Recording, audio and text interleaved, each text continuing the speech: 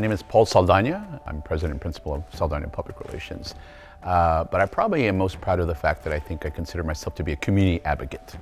I think when the pandemic hit, I, like a lot of our members of our community, including our friend Esteban Delgado, knew that our community would be disproportionately impacted by COVID. For many reasons. One, we represent a large portion of those who are economically disadvantaged. Our community is overrepresented in chronic diseases. Historically, we live in areas that have basic fundamental infrastructure: no hospitals, no grocery stores, no pharmacies, no clinics, limited transportation. And so when the COVID pandemic hit, we knew that our community was going to be disproportionately impacted. And unfortunately, I feel that government at all levels failed our community. And so I think one thing that's indicative of our culture is that we have this intuition that if somebody in our community, whether it's a neighbor, a family member, or a friend, needs help, we step up unequivocally, no questions asked. We sort of anticipate that they need help, and I think that's what we've been able to do. So I'm part of a group called the Austin Latino Coalition, and for over a year and a half, we stepped up and have been supporting our community in many ways, providing bilingual, culturally relevant public education information about the pandemic, providing resources, whether it's mask, hand sanitizer, food, financial support, flu shots, and now we have been busy providing vaccination. So I'm proud of the work that our coalition has done. We served 18,000 families in 2020, and this year we have served over 35,000 families and counting. And mind you, we're doing this out of our pocket or the old-fashioned way, raising money. And there have been a lot of organizations and people that have been funded by the city, the county, and the state. We're not doing that. And I'm not saying that to complain, but it gets back to the fact that with our Latino community, we take care of ourselves because we've been used to fending for ourselves. So we took on that responsibility with one of our coalition members and decided to take the COVID testing to the community, our communities in the churches and the schools. But I remember one particular incident where we were at a church in Northeast Austin. And I guess the original target group was construction workers. So I was expecting to see a lot of men. But also I know that there are a lot of women in construction. I guess what I wasn't prepared to see were entire families and young children, infants.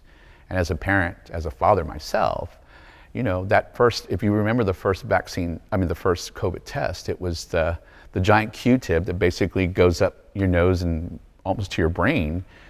And so having seen kids, 2 and 3-year-old kids, being subjected to that and not being able to comfort them, that really affected me in a way that I didn't anticipate. And I just remember when I drove home after that event, I cried all the way home because I felt I couldn't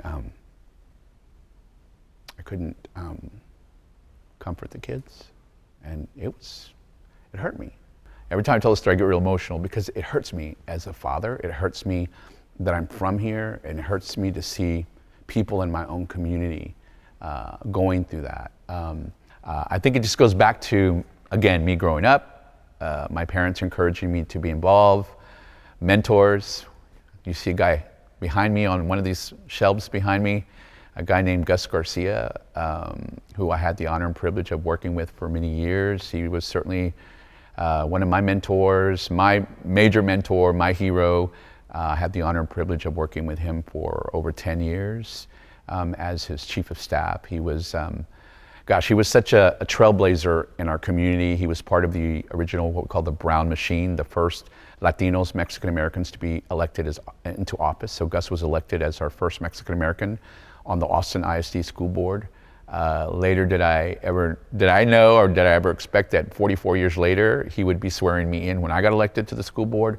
He had this incredible gift of recognizing the potential in people and helping them make the best use of their abilities. And he took a risk on me by hiring me. So he was very good about, again, mentoring people, helping young people recognize the potential and their competence. He would hire interns. He wanted interns who were considered at-risk students. And so that gave me an opportunity. Okay, I grew up from the barrio, we had a lot of things in common, I could talk to them about my experience. And Gus was really good about nurturing all of us and doing that. And I think that also has added to my interest in politics and to my interest in the community. Sometimes our Latino community doesn't do enough is talk about the successes in the community. And in our conversations about the challenges, also talk about the opportunities that exist. And how fortunate we are to be in a community that recognizes those opportunities within the Latino community and are stepping up to do their part to help fill in the gaps and voids, but also invest to ensure that the future generation of our community are successful, or the needs that are out there are being addressed, and that there's an opportunity to have a positive impact in that. I'm Paul Saldaña. I'm a menudo connoisseur. I'm a professional agitator, community activist. Somos Austin.